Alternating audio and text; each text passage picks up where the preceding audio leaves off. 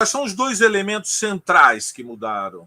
O primeiro é uma tendência de enfraquecimento do governo Bolsonaro. Com a precipitação da segunda onda, surgiram tensões dentro do governo, conflitos dentro do governo, demissão de ministros, a demissão do Ernesto Araújo, a demissão do Pazuello, que eram os soldados do bolsonarismo, da ala neofascista dentro do governo de extrema-direita. O Salles está um cai, não cai.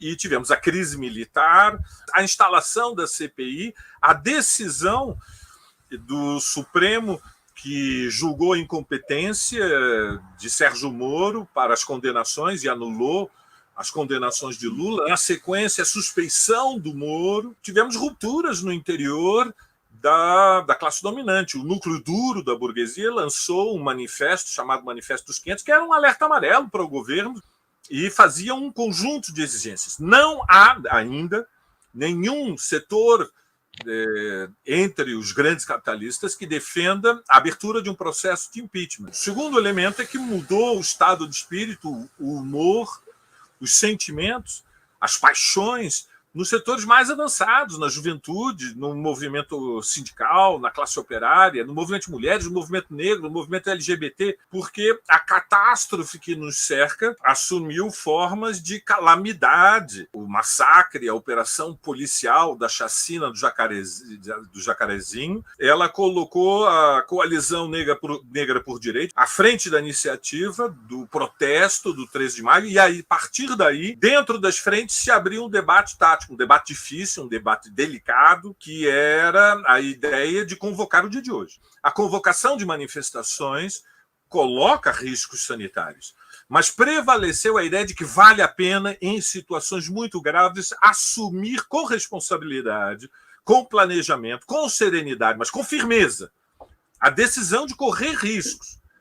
E nós fizemos manifestações de vanguarda em todo o país, e em Brasília, São Paulo e Rio de Janeiro, com setores de massa. Manifestações na escala já das dezenas de milhares, que sinalizam que provavelmente não existissem as condições terríveis da pandemia. Elas teriam sido manifestações de massas numa escala de centenas e centenas de milhares, porque o que cresce é uma fúria. Realmente um ódio contra o que representa o governo de extrema-direita. E na rua, hoje, nós tivemos este momento muito especial. A cabeça da esquerda brasileira foi levantada, dos movimentos sociais, de todos aqueles que compreendem a gravidade da situação que nós estamos atravessando, o grau de irresponsabilidade do governo, e o movimento, portanto, acumulou forças. Nós tivemos uma grande vitória política hoje nas ruas, que vai ter impacto na consciência de dezenas de milhões de pessoas que não foram, mas que estavam ao nosso lado, estavam torcendo por nós, estavam compartilhando a nossa esperança, e, portanto, a luta contra Bolsonaro mudou de patamar. Ela sinaliza que a estratégia continua sendo derrotar Bolsonaro. E derrotar Bolsonaro antes de 2022. Não podemos esperar as eleições. A preservação de Bolsonaro é uma ameaça às condições mais elementares de vida, de sobrevivência do povo brasileiro. Esse governo é completamente incapaz de fazer a gestão contra a pandemia, de acelerar o processo de vacinação.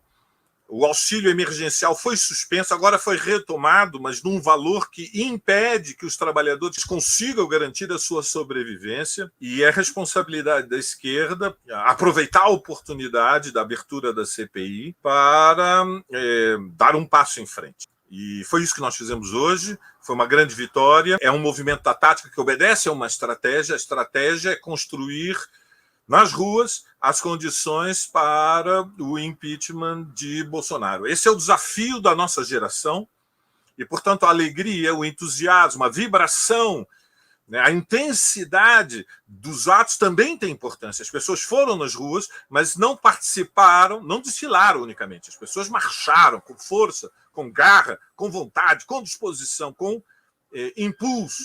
Não há outro caminho do que não seja povo na rua para pressionar a CPI e derrubar o Bolsonaro. Já! Fora Bolsonaro!